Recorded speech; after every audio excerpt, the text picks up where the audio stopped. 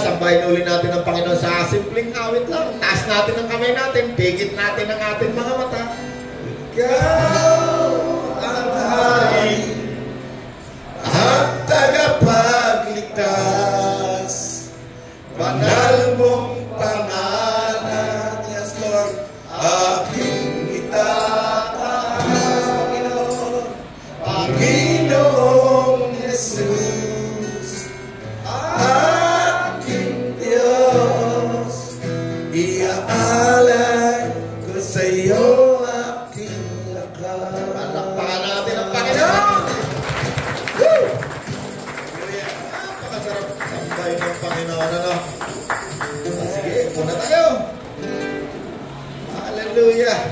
Kain ulit tayo ng salita ng Diyos. Ganyan lang naman tayo every Monday eh. Pasalamat sa Panginoon. Basa ng salita ng Diyos. Ang salita ng Diyos ang pagkain ng ating kaluluwa. Tignan nyo, ano, kumakain ng physical na naman dahil tayo may binigyan ng malakas na katawan. Nakakapagtrabaho tayo. Tama, ano? Okay. Bible naman tayo ulit. Puntahan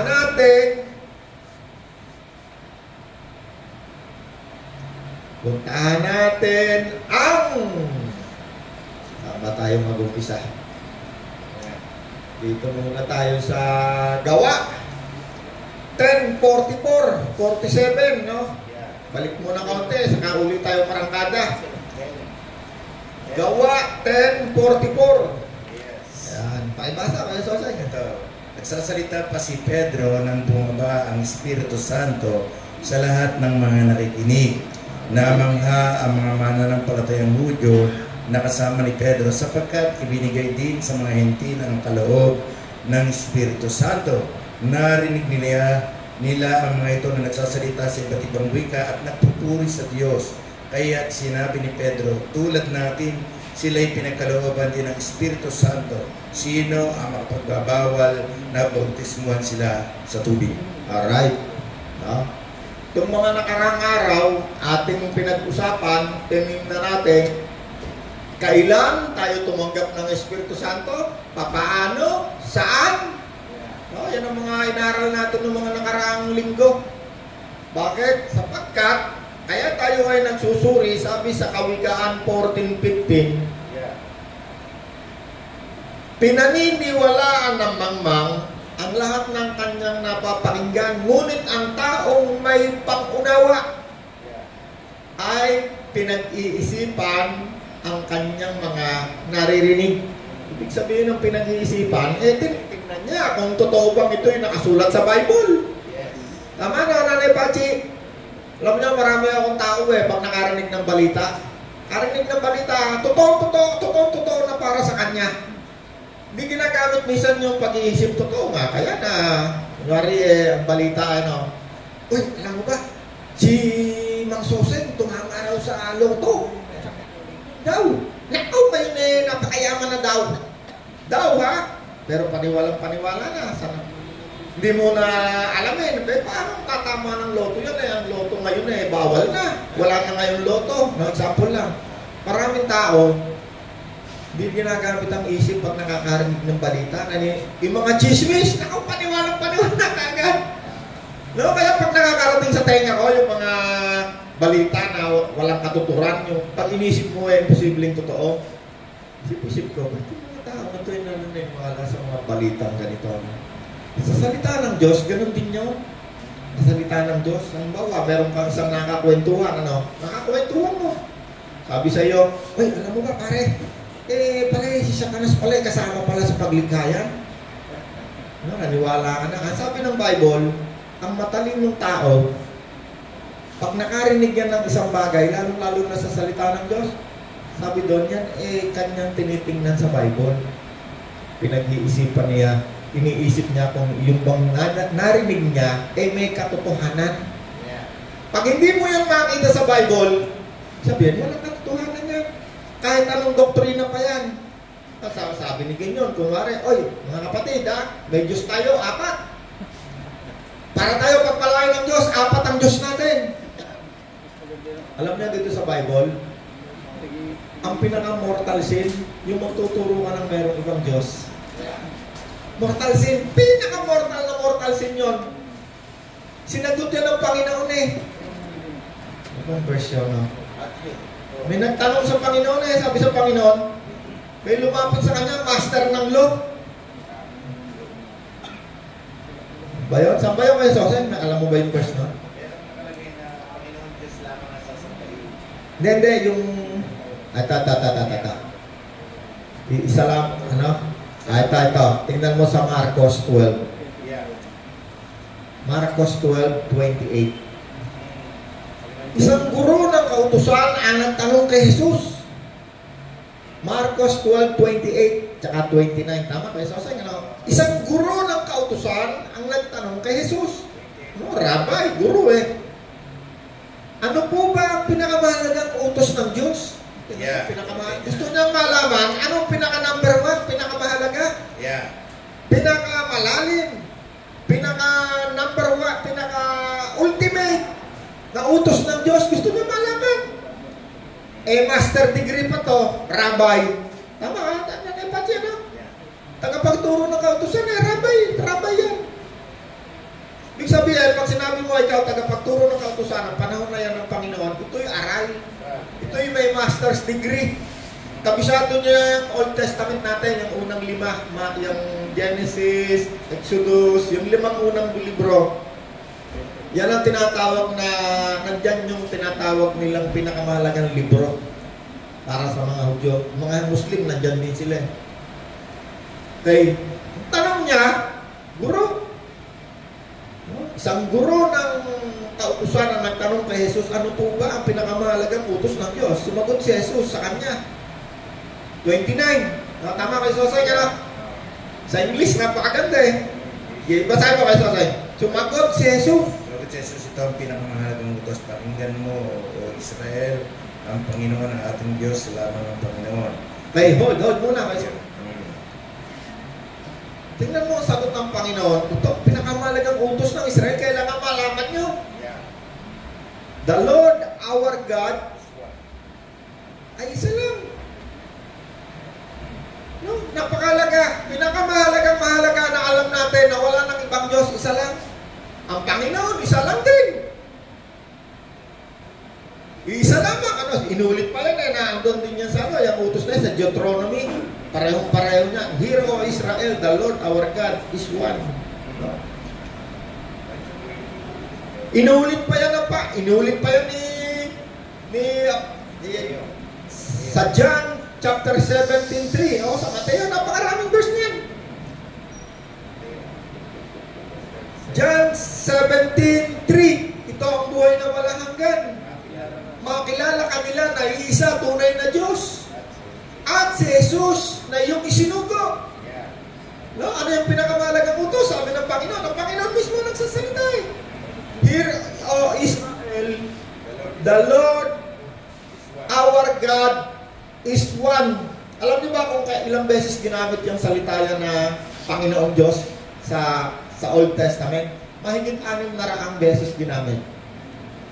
Bakit? Kasi nung Diyos hindi pa nagkakatawang tao, magkasama sila mula Genesis. Ang Panginoon mong Diyos. No? Si Moses, ang tawag sa kanya, malimit, Panginoon mong Diyos. Panginoon mong Diyos. Bakit?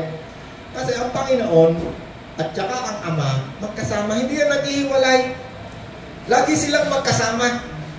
Noong ang Panginoong Jesus hindi pa nagkakatawang tao, ang tawag ng mga tao noong panahon ng lumang tipan, Lord God, Panginoong Diyos. Kasi ang Diyos ay Espiritu. Dahil sila'y magkasama sa Espiritu mula Genesis, sabi doon, at ang Espiritu ng Diyos ay kumikilos. Ibig sabihin, mula umpisa, sa Revelation, sabi ni Jesus, ako Alpha, ako Omega, ako umpisa.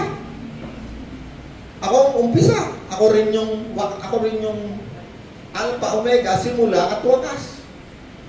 No, meron nga ibang meaning pa yung Alpha, Omega. Sabi ng Panginoon, ako simula, ako ang darating. No? Kasama yung ako'y muling babalik, kaya ako ang darating. At ako yung magsasara ng libro. No? Sabi ng Panginoon, Hear, O Israel. No? Isa lamang ang Diyos. Huwag kayo maniniwala kay Gideon. Ang Diyos nga apat. Example ko lang si Gideon. Huwag kayo maniniwala kay Porter na ang Diyos ano lang, 5. No? Ayan, meron tayo. Upo kayo, tay. Okay? Iisa lamang ang Diyos. Sino? Kaya lumikha sa lahat ng bagay. Unang Korinto 8:5-6, para sa atin na mga sumasampalataya, sabi ni Apostol Pablo, iisa lamang ang Diyos, ang Ama, na lumikha ng lahat ng bagay. At tayo'y nabubuhay para sa Kanya, iisa lamang ang Panginoon, si Jesus. At sa pamamagitan niya, ang lahat ng bagay ay nilikha. At tayo'y nabubuhay sa pamamagitan ni Jesus. Okay, maya-maya lang, meron tayong isang topic pa. Iisa lamang ang Espiritu na meron tayong lahat. Hindi dalawa, hindi tatlo. Okay, dito muna tayo sa ating pundasyon. Kailan natin tinanggap ang Espiritu Santo? Abay, nung unang tumanggap ang mga Gentile na katulad natin, abay, di nung nangangaral si Pedro. Ano sabi ko sa binasa ko? Nagsasalita pa si Pedro nang bumaba ang Espiritu Santo sa lahat. Gawa 10:44 to 47 yan eh. Yeah, 47. Sige, basahin mo pa kayo sa akin. Nagsasalita pa si Pedro nang bumaba ang Espiritu Santo sa lahat ng mga nakikinig, mamangha ang mga mananampalatayang Hudyo na kasama ni Pedro, sapagkat ibinigay din sa mga Hentil ang kaloob na Espiritu Santo. Hoy, kaya pag tingnan nyo mabuti kasi nagsusuri tayo eh. Nag-iisip, hindi yung tayo ay nakarinig lang, naniwala na tayo. No, ito, napakahalaga nito eh, kasi may kinalaman nito sa pundasyon ng pananampalataya ng isang Kristiyano. Bakit? Ang Panginoong Jesus, wala na dito. Sino narito ngayong kay Nanay Pachi? Espiritu Santo. Kailan tinanggap ni Nanay Pachi? Okay, ang unang pagbaba ng Espiritu Santo sa mga Hudyo, may dilang apoy nakita. At kalapati, dilang apoy, mayroong malakas na hangin. No, bakit? Meron katunayan doon sa ipinangako ni Kristo na huwag kayong mangangaral aalis ng Jerusalem nang hindi nyo natitiyak ng Espiritu Santo nasa sa inyong katawan. Okay? No? Malinaw to, no? Malinaw to. Ang unang-unang pagtanggap, pagbaba ng Espiritu Santo sa mga Hentil sa pamamagitan ng pangangaral ni Pedro. Okay, yung istorya na yan, hindi ko na papabasa sa inyo lahat. Ang istorya niyan, merong isang general na sundalo, Romano, Gentile. Pagka ikaw ay hindi Hudyo, ang tawag sa'yo, Hentil. Ikaw ay Romano, ikaw ay taga-Greece, ikaw ay taga-taga saan. Maliban na lamang kung ikaw ay na-convert na sa religion ng Judaismo. Okay. Nung ang Panginoon aalis pa lang, ang bilin ng Panginoon sa kanyang mga kasama, yung mga kasama niya, physical niya kasama, lagi niyang kasama-kasama. Huwag kayo maalis sa Jerusalem hanggang hindi ninyo nakikita 100% na kasama niyo na ang Espiritu Santo. Okay. Mga Hudyo muna, siyempre, tayo naman, hindi naman tayo talaga kasali. Si Tatay, hindi naman kasali sa Bible yun eh. Gentile tayo eh. Ang tawag sa atin sa Bible, mga sinumpa, mga makasalanan. Kinakain natin ng mga baboy, kinakain lahat ng mga bagay na pinagbabawal doon sa batas ni Moses. Nangangaral si Pablo.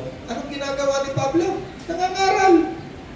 Bakit? Kasi ang pananampalataya, walang mananampalataya kung walang nakarinig ng mabuting balita ng kaligtasan. Kaya yung mga sumasampalataya kay Kristo, yan ay dahil meron nangaral. Tama kayo, Jose, ano? Marami na bang sumampalataya dahil nangaral ka, kayo, Jose?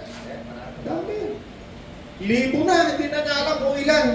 Sino sa inyo, meron ng tao sumampalataya dahil binahagi na nyo ng salita ng Diyos? Sino sa inyo nagbahagi ng salita ng Diyos, may sumampalataya? O, sirot lang. Marami. Maraming tao ang sumasampalataya kay Kristo dahil tayo'y nagbahagi ng salita ng Diyos. Ang tawag sa atin, nangaral tayo. Nagbahagi tayo ng salita ng Diyos. At dahil dito sa unang pagtanggap ng mga hentil na to, sa unang pangangaral ni Pedro, habang siya nangangaral, siyempre nangangaral, di nakarinig ng salita ng Diyos yung mga tao. Ang Espiritu Santo ay dumating sa kanila. No, walang nagpapatong ng kamay, ha? Hindi pinatungan. Hershey! Tumalsik ang laway ko. Hershey! No? Bakit kasi? Naalala niyo yung isang magician, gusto niya kontrolin yung isip ng tao, no? Bilhin ko yung ano mo, ika. Bilhin ko ika yung ano, nagpapatong kay ika ng kamay. Tumatanggap ng Espiritu Santo, no? Yung magician. Kasi alam na alam nitong magician na to, matalino itong magician na to eh. Na kapag ang isang tao tungkol sa spiritual, naku, makokontrol mo ang isip ng tao niya. Makokontrol mo. Doon naman sa issue na yan, siya ay nagpatong ng kamay. Alam niyo yung handler? Alam mga mandurukot, may handler yan eh. Yung mga magnanakaw, may handler yan. Mga hudlong, ano tayo na. Ibig sabihin ng handler, kahit sa politika, may tinatawag na handler yan eh. Ngayon, meron sinimbestigan sa Senado, si Gutierrez, yung NBI. May handler yan. Ibig sabihin ng handler sa Tagalog, sino yung nagpapasalita dyan? Sino yung nagturo dyan? Yun yung handler. Handler mo, si Sam. Atin yan sa church ni Kuya Soseng, di ba? Si Kuya Soseng yung ano mo, ang pastor mo. Sa colloquial na salitang kantlo, ang handler mo, si Kuya Soseng, siya yung nagtuturo sa'yo. Kamay ni Kuya Soseng na sa'yo. Saan yung dalawa rin? Kamay ni Kuya Soseng. Saka pa. Ibig sabihin ng nagpapatong ng kamay, ibig sabihin, may handler, may nagtuturo. Pinaunawan tayo. Pinapaliwanag ko lang sa inyo na ang Espiritu Santo hindi na pagkakaloob ng kahit sinong tao. Yan ay pinagkakaloob kailan? Nung ikaw ay sumampalataya kay Kristo. Yes. Sabi sa Epeso, ikaw ay tinatakan nung ikaw ay sumampalataya. At napakahalaga ng pananampalataya. Bakit? Without faith, it is impossible to please God. Okay. Sabi sa Galatia, chapter 3, verse 9, sumampalataya sa Diyos si Abraham. Kaya't siya ay pinagpala. At pagpapalain din na katulad niya ang lahat ng sumasampalataya. No, kaya napakahalaga na mayroong isang tao pananampalataya. Mayroong kang pananalig. Bakit? Sa 14, Acts, Galatia 3:14, ginawa ito ni Kristo upang ang pagpapala na ipinangako ng Diyos kay Abraham ay makamtan din ng mga hintil sa pamamagitan ni Kristo Jesus, sa pamamagitan ng pananampalataya, pananalig kay Jesus, matatanggap natin ang Espiritong ipinangako ng Diyos kay Abraham. Sabi niyo, ano? Paano natin natatanggap ang Espiritu Santo? Pananampalataya. Paano mananampalataya? Makakarinig na salita ng Diyos. Kailan mo natanggap ang Espiritu Santo? Nung sumampalataya. Ikaw ay tinatakan, Efeso 1:13.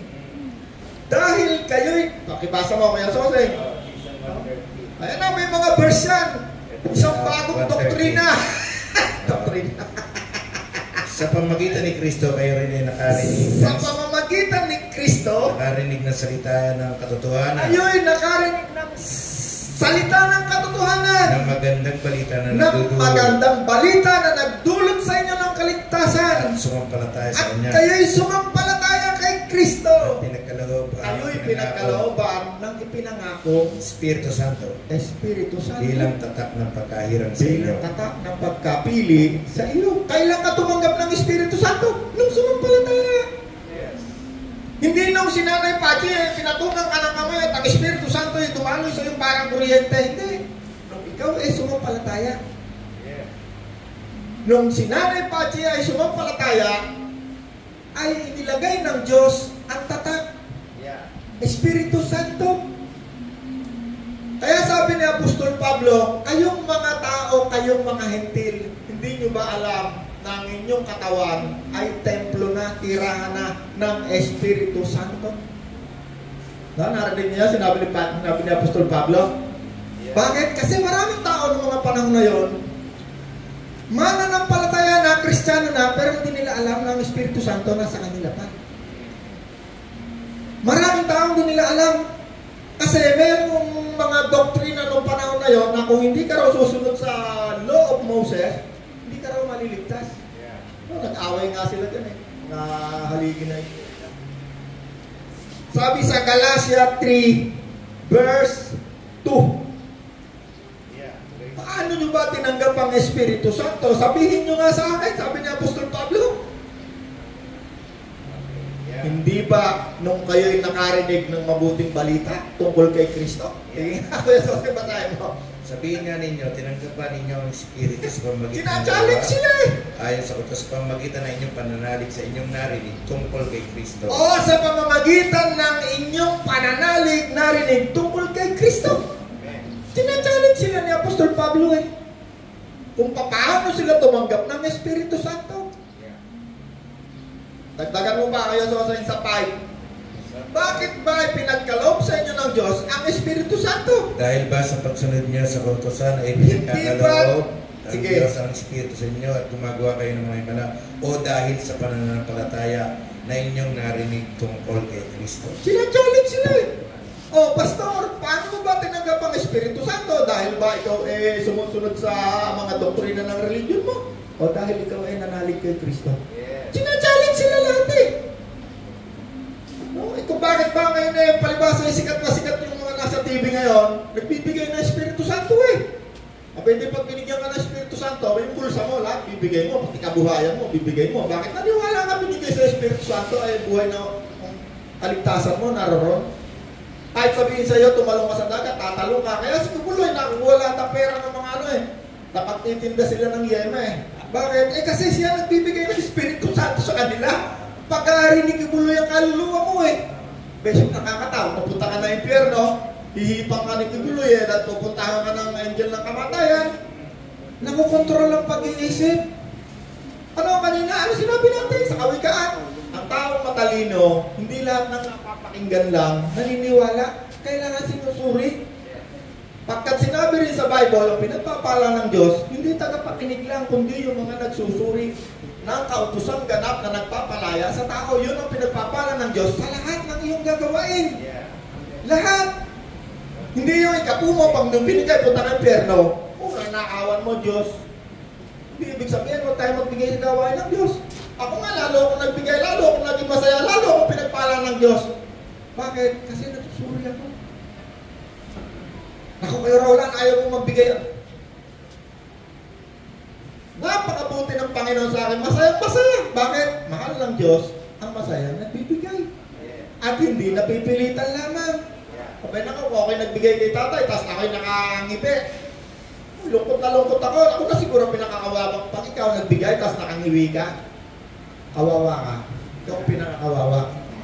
Alam mo sabi ng Diyos, mapalad ang nagbibigay. Dahil kapag ikaw ay nagbigay, naku, hindi alam ng binigyan mo gaano ka kasaya.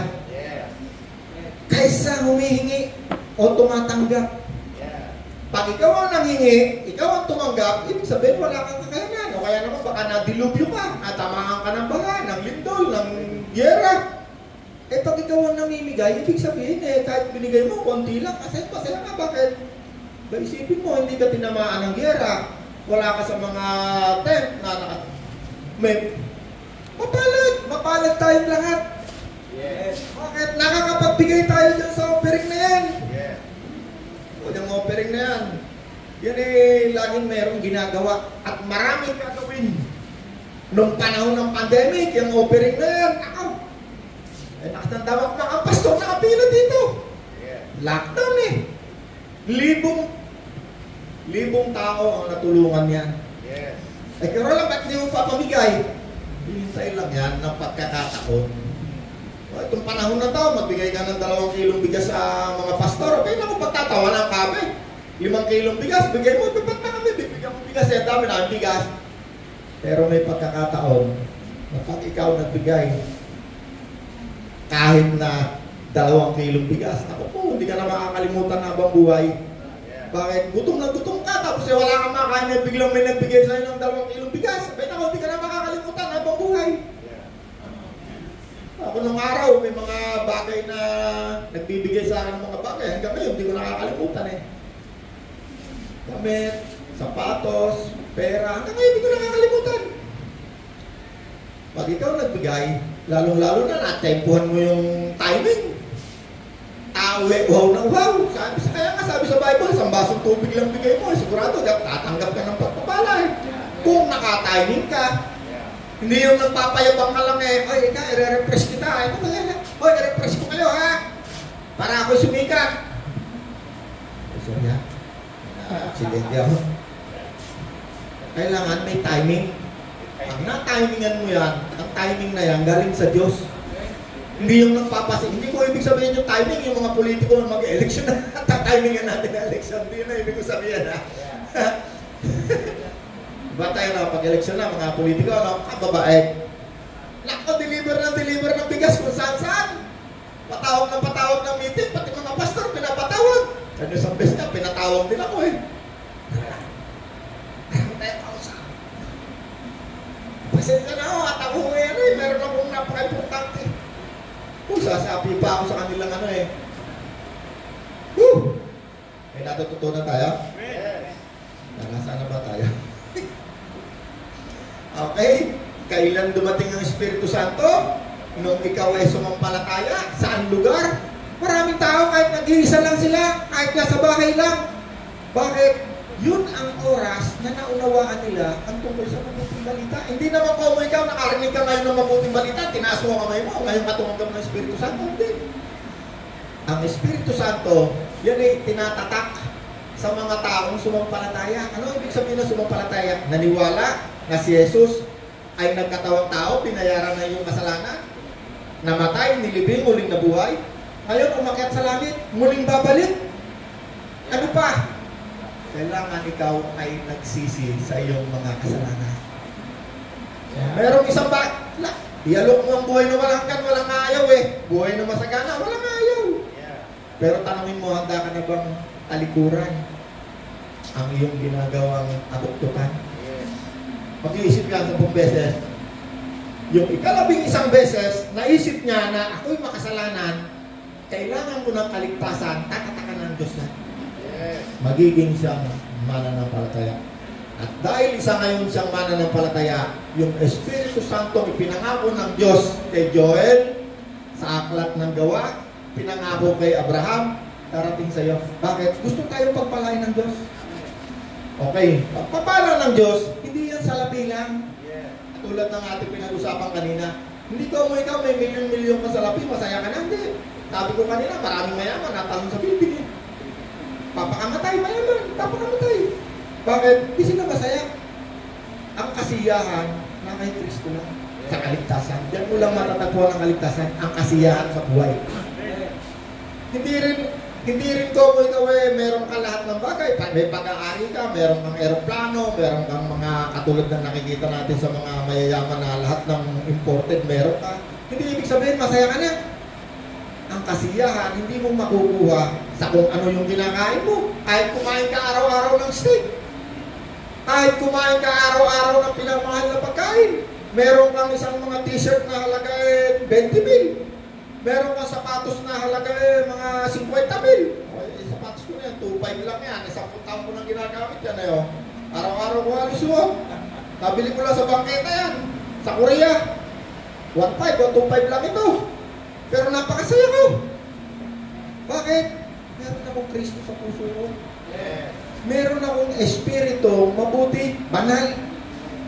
No, kaya ako siguro, walang kaganda-ganda na suot. Siguro, pag ako nakaganyan, meron akong petrol, siguro, saya-saya ko na. Hindi.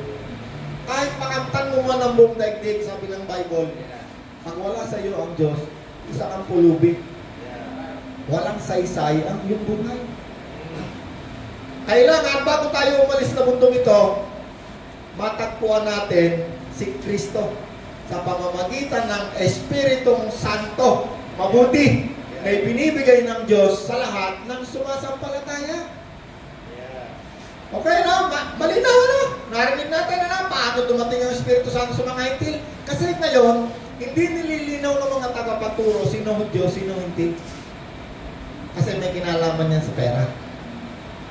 Pipilipitin nila yan. Hanggang doon kay Melchizedek, siya raw si Jesus. No, di ba? Nagturo na tayo tungkol kay Melchizedek, ano? Hindi ko makita na siya si Jesus. Bakit? Number 1, walang incarnation sa Bible. Number 2, hindi na itala ang kanyang pangalan, sa Diyos na. Bakit ang Panginoon nga, naitala ang kanyang pinagmulan mo, nakatala eh. Oh, no, meron tayong pinag-isipan eh. Meron tayong sinerch.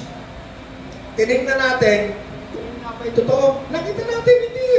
Si Melchizedek ay isang ordinaryong hari na katulad ng isang tunay na hari, pero at the same time, siya ay religious leader ng lugar. So, kaya meron silang sinamsam eh. Binigay kay Melchizedek ang lahat ng samsam ng 10% ng hayop, ng ginto, pati tao. Binigay kay Melchizedek. Anong ginawa doon ng Melchizedek? Kung siya ay Diyos na wala namang pinag-aharian, ano yun? Tinapon sa pangay, sinunog. Hindi. Siya ay hari ng Jerusalem, kung saan ngayon ang templo ay naroon na winasak ng mga emperyo. Malapit na itayo yan.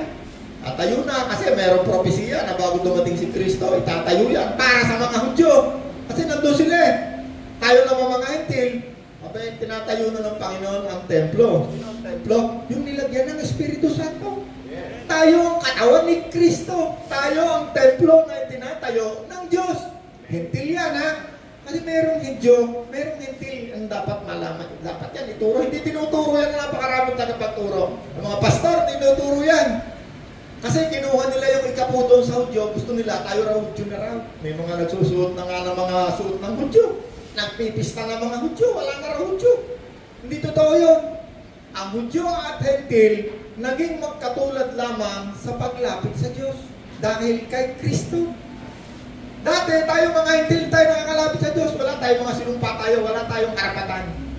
Nung dumating si Kristo, giniba ang pader. Tayo ngayon ay nakakalapit na rin kay Kristo. Maraming verse yan ako susunod pag-aaralan natin. Parang natapit na natin dito yun eh. Wala na nga yung pagkakaiba ang Hudyo at ang mga Hentil sa paglapit sa Diyos lang. Paglapit, access. Nagkaroon tayo ng access sa Diyos.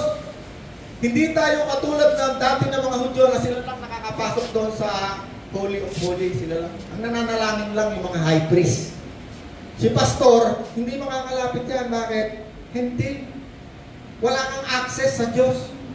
Yung mga Hudyo na yan, hindi lahat nakakapasok yan. Meron silang priest, may high priest. Yung priest lang nananalangin para sa'yo. Magpapatay yan ng hayop, dugo ng hayop, dugo ng tupa, iaalay nila yan. Hindi nakakapasok. Nakakapasok lang high priest. Ngayon, nung namatay si Jesus, yung dugo na yun ay sinasabog sa Holy of Holy, yun ang simbolo ng dugo ni Kristo. Meron tayong dugo ni Kristo na sana sa puso natin. Kaya tayo, pag tayo pumikit na nalangin tayo, nakakapasok tayo sa Holy of Holy, sa templo na nandun sa langit. Yes. Pinaunawahan tayo? Yes. Pero alas mo ba, pinagkukuha yan? Napakaraming verse eh. Sinasaliksik. Ano sabi sa kawikaan? Ang taong matalino, ano sabi kay Joseph? Ay nagsasaliksik. Hindi tagapakinig lang. Sige, pakibasa mo nga ulit kay Joseph. Kawikaan 14. Sige, pakibasa mo kay Joseph. Pinaniniwalaan ng mangmang ang lahat ng kanyang napapakinggan. Pinaniniwalaan ng mamang lahat ng napapakinggan, ngunit sinisiyasat ng may unawa ang kanyang mga lakad o pupuntahan. Hallelujah! Ang kanyang lakad o pupuntahan o paniniwalaan ay kanyang sinisearch. Tinitingnan kung talaga totoo, nakasulat ba yan? Ay hindi, mayroong Diyos Espiritu Santo eh. Diyos Espiritu Santo, wala naman nakalagay ako sa Bible. Wala akong makakita salita ng Bible na Diyos Espiritu Santo. Espiritu Santo, napakadumami. Pero huwag mong dagdagan na mayroong kang ikatlong Diyos. Huwag mong maniniwala kay Nanay Pachi pag sinasabi Nanay Pachi, mayroong tatlong Diyos. Kahit yan ay gumawa ng hiwala, kayo maninaw. Kahit gumawa ng Himalaya, kahit yan ay gumawa ng apoy, tapos gagawa yan ng ibang Diyos, tuturo sa atin. Sabi ng Panginoon, kayo maniniwala. May lihim na Diyos pa, may Diyos pang hindi nakikilala. Eh, isipin mo naman ito sa Book of Genesis. Inilagay nila ron na meron daw doong ilang nilalang na lumikha. Pinapakalinaw naman, nag-search ako. Isa lamang ang Diyos na lumikha sa lahat ng bagay. Paano nagkaroon doon ng marami? Ang dami kong verse eh. Nag-search ako, nakita ko eh. Kaya ako, hindi ako madaling maniwala sa mga doktrina. Hindi ako madaling maniwala. Yung mga narinig ko lang. Kaya nga ako pinalaya simbahan ko kasi hindi ako naniniwala sa mga doktrina na hindi ko makita sa Bible eh. Ang daming verse eh. Isa lamang ang Diyos. Ang lumikha sa lahat ng bagay, isa lamang ang Panginoon. Iisa rin lang ang Espiritu. Kung meron tayo lahat, iisa lang. Hindi dalawa, hindi tatlo. Pero sa anyong Espiritu, sinasabi ng Panginoon, ako at ang Ama ay titira at mananahan sa iyo. Yes. John chapter 15, chapter 40. Ang daming verse. Ang daming niyang verse. Sino yung Espiritu na nasa sa atin? Ang Ama ng Panginoon at ang Panginoon mismo sa Espiritu. Anong uri ng Espiritu? Pwede nakaraan linggo, tinapit natin yan. Anong uri ng Espiritu? Ang hindi evil, holy, mabuti. Nilagyan ng identity. Anong uri ng Espiritu? O di ba nung nakaraan linggo? Merong holy angel. Merong holy place. Ano pa yan? Diba? Ang dami natin pinagkaroon, nilagyan ng identity eh.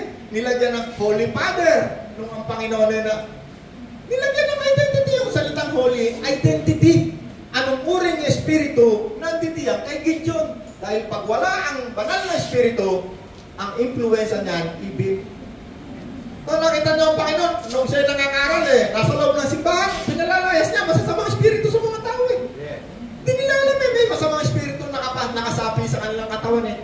Kaya maraming tao gumagawa ng krimen. Kasi ang masamang Espiritu, tumitira minsan sa kanila, wala silang alam. Isipin niyo yung mga nakakulong. Interviewin nyo paano yung nakapatay. Yung iba dyan, lasing, yung iba galit. Pag ikaw nagalit ka, galit na galit ka, yung sabi na nagdidilim ang paningin, may espiritu ng demonyo sumasapi dyan. Nangyari sa akin minsan yan. Nagalit ako, muntik ako makapatay ng tao. Madilim ang tao. May sugat sa kamay, sinaksak ko, nagdilim ang paningin ko eh. Tatay na, pag nagalit ka, di ba? Makakapatay ka ng tao. Eh kung minsan nga, pati mag-asawa, pag nag-aaway, napapatay asawa eh. Bakit? Sabi ng Diyos, pag nagalit ka, kailangan pagdating ng paglubog ng araw, pawiin mo yan. Bakit? Ang diablo magsasalita sa iyo yan pagdating ng gabi. Sino sa inyo may asawa? Taas ang kamay may asawa. Ba, pag nag-aaway kayo, matutulog ka lang, iniisip mo ang ginawa ng asawa mo kahit ng panahon ng hapon, nuhukay mo lahat ng kalansay. Bakit? Nanungusap ang diablo sa isang taong may galit. Kaya yung krimen, yung pagpatay tayo, no? Yung murder, ang tawag dyan sa murder, pinag-isipang pagpatay. Ibig sabihin, yung pumatay nga, matagal may galit yan, iniisip niya paano niya yung papatayin. Pag napatay mo yun, nahuli ka, ang kaso sa'yo, murder. Pinag-isipang pagpatay. May natututunan tayo? Kaya yung asawa nyo, pagdating ng gabi, batiin nyo, baka mamaya, pagising na umaga, bigti na yung asawa nyo, pinatay nyo na. Buti na lang, tayo, no? Pinagpala tayo ng Panginoon, no? Natuto tayo, ano? O, di ngayon na, hindi na nag-away tayo. O, wala na. Ay, naku po. Saan naman tayo? O, sige, punta na tayo sa isang espiritu. Unang Korinto 12:1. Yan. O, maganda na. Lipat na tayo ng topic. No? Ilang linggo na to, hindi tayo makarating dito eh. Nagpapasikot-sikot tayo saan-saan. Okay? Sa atin ang Espiritu Santo, sumampalataya. Sino sumampalataya kay Kristo? Naniniwala siya namatay sa krus, huling na buhay, binayaran na yung kasalanan. Pinagkalooban ng buhay na malanggan. Yes. Buhay na masagana, masaya. Siyempre naman, walang ayaw, ano? Ito kayo ng matindi. Ang Panginoon kasi, nangangaral lang eh. Ang sigaw ng Panginoon, pag sa'yo nangaral, pati, talikuran mo yung kasalanan. Repent! No, yan lagi pangaral ng Panginoon. Very simple eh. No, yan maraming nagkakatalo. Sino ang magpapasya na tatalikod sa kasalanan? Yeah. Buhay na walang ayaw. Kahit demonyo, hindi ayaw yan eh. Si Bebek, kahit yan ay lasenggo, hindi ayaw. Hindi ayaw buhay na masagana, hindi ayaw. Pero sabi mo, Bek, huwag ka na mag-inom. Ayan na magkakaroon ng problema. O narinig ko nanay ko mismo eh. Nabahagi lang mo ng salita ng Diyos noon. Kaya ako bahagi na muna pahiginan ng salita ng Diyos ko Huwag mo ako pipigilan magsugal. Bahagi mo na ikalat na salita ng Diyos, pero huwag mo ikaw pipigilan sa aking bisyo. Doon nagkakatalo. Ang Espiritu Santo, doon nagkakatalo. Kaya hindi mo malalaman sinong tao may Espiritu Santo, sino wala. Hindi mo malalaman, hindi yan nakikita Kaya nga sabi sa Bible, hindi yan natatanggap ng mga hintil na hindi sumasampalataya dahil hindi yan nakikita. Hindi matatanggap. Kaya matatanggapin lang nga sa kamay ni Bishop. Bishop! Isaya, kunwari, gagat. Lolokohin niya sarili niya. Sasalita ako sa ibang wika, hindi ko yung kinukutya. Maraming tao, sarili niya, mismo niloloko niya Bakit? Isa ako dati niloloko ko yung sarili ko Ay siyempre naman, ang nakakaya naman ay lahat halos sa libo nagsasalita sa ibang wika raw Sandarakiya, baba. Pakinggan mo 3 taon puro to pa rin baba. Isa lang ba binibigay ito salita ng Diyos? Pakalis na simbahan kung saan din napunta, saan din nasunod. Ang totoong pinagkalooban ng Espiritu Santo, tandaan nyo ito, pinakatotoo sa lahat ng totoo. Nung ako'y tumanggap ng Espiritu Santo, ayaw ko na ng masama. Ang masama, ayaw. Kahit bigyan ako ng salapi, milyon bigay sa akin, ayaw. Yang si mga sugalan dyan sa Makapagal, milyon ibabayad sa akin yan. Milyon. Hindi ako nagbibiro. Milyon. Ayaw ko. Bigay nyo na lang sa demonyo. Ayaw ko yan. Ay, binibigyan naman ako lalo ng Lord ng doble-doble. Bakit? Ayaw ko na ng masama. Meron akong tatak. Ano yun? Espiritu, mabuti. Ayaw ko na ng masama. Ayaw ko na ng kasamaan. Kilala ko kung sino yung nandito sa akin. Sino? Si Kristo. At ang aking ama, at ang kanyang ama. At pag ang Espiritu Santo dumating sa iyo, makikilala mo si Kristo at ang kanyang ama. Hindi pupunta sa iyo ang Espiritu Santo, ako Espiritu Santo, tuturuan kita ng black magic. Wala tuturo sa iyo. Ang ituturo niya sa iyo, kung ano rin yung nakasulat sa Bible. Nang dumating ang Espiritu Santo sa akin, ako'y natakaw sa salita ng Diyos. Yan ang gagawin sa iyo ng Espiritu Santo. Magre-reveal siya ng mga revelation na nandito dito sa Bible. Yan ang i-reveal niya sa'yo. Hindi yung, ay, naku, Sosing, ikaw makakatama ka sa wetel.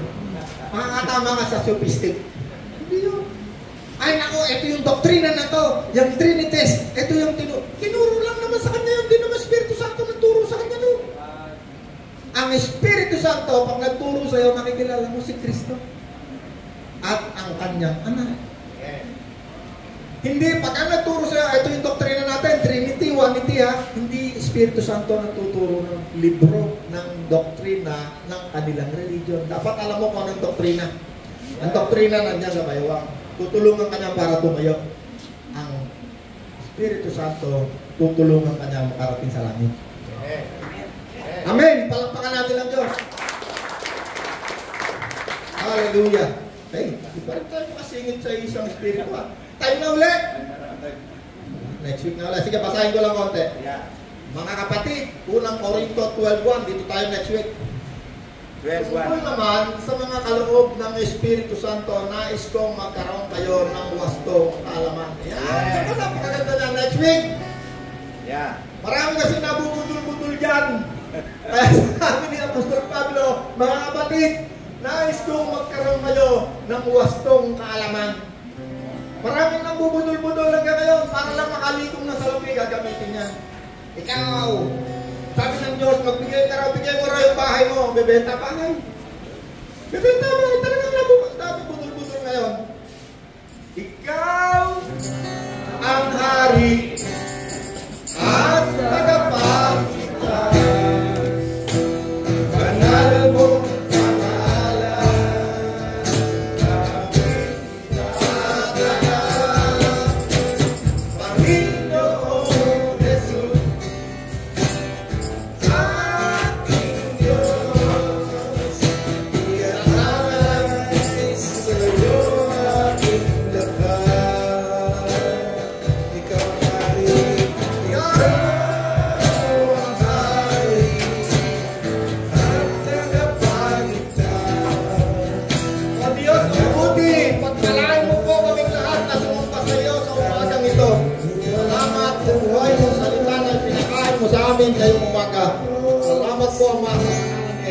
ating Panginoon. Amen.